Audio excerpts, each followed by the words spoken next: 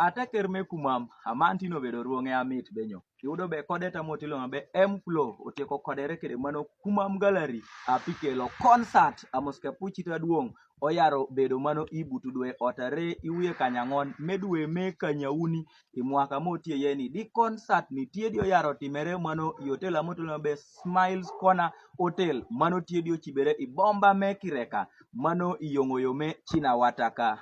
opposite kede Starbucks. Gi apire tek tiebe jogi tie kede luongo digite wacheno mabe ibutudwe otare mano medwe motie yeni chengaro dodo abino chae sawa kanyauni press conference mano me concert ni oyaro bedo tie so tie luongo kuma morni kene ikara morni kene pibino mano Kireka ibutudwe otare no medweni mano i press conference me kopni nyomi otie luongo press conference me concert ni dipodi concert ni liametie dipodi liame otuno yudo be I press conference ni oyaro bedo kede mano kare me unveiling posters neno be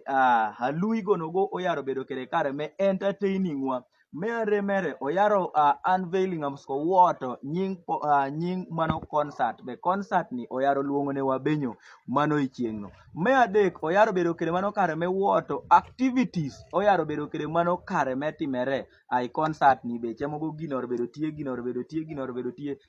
so gi apire tek tiebe ida ibin chiengno inyang nyo obedo concert ni nyo oyaro timere i concert ni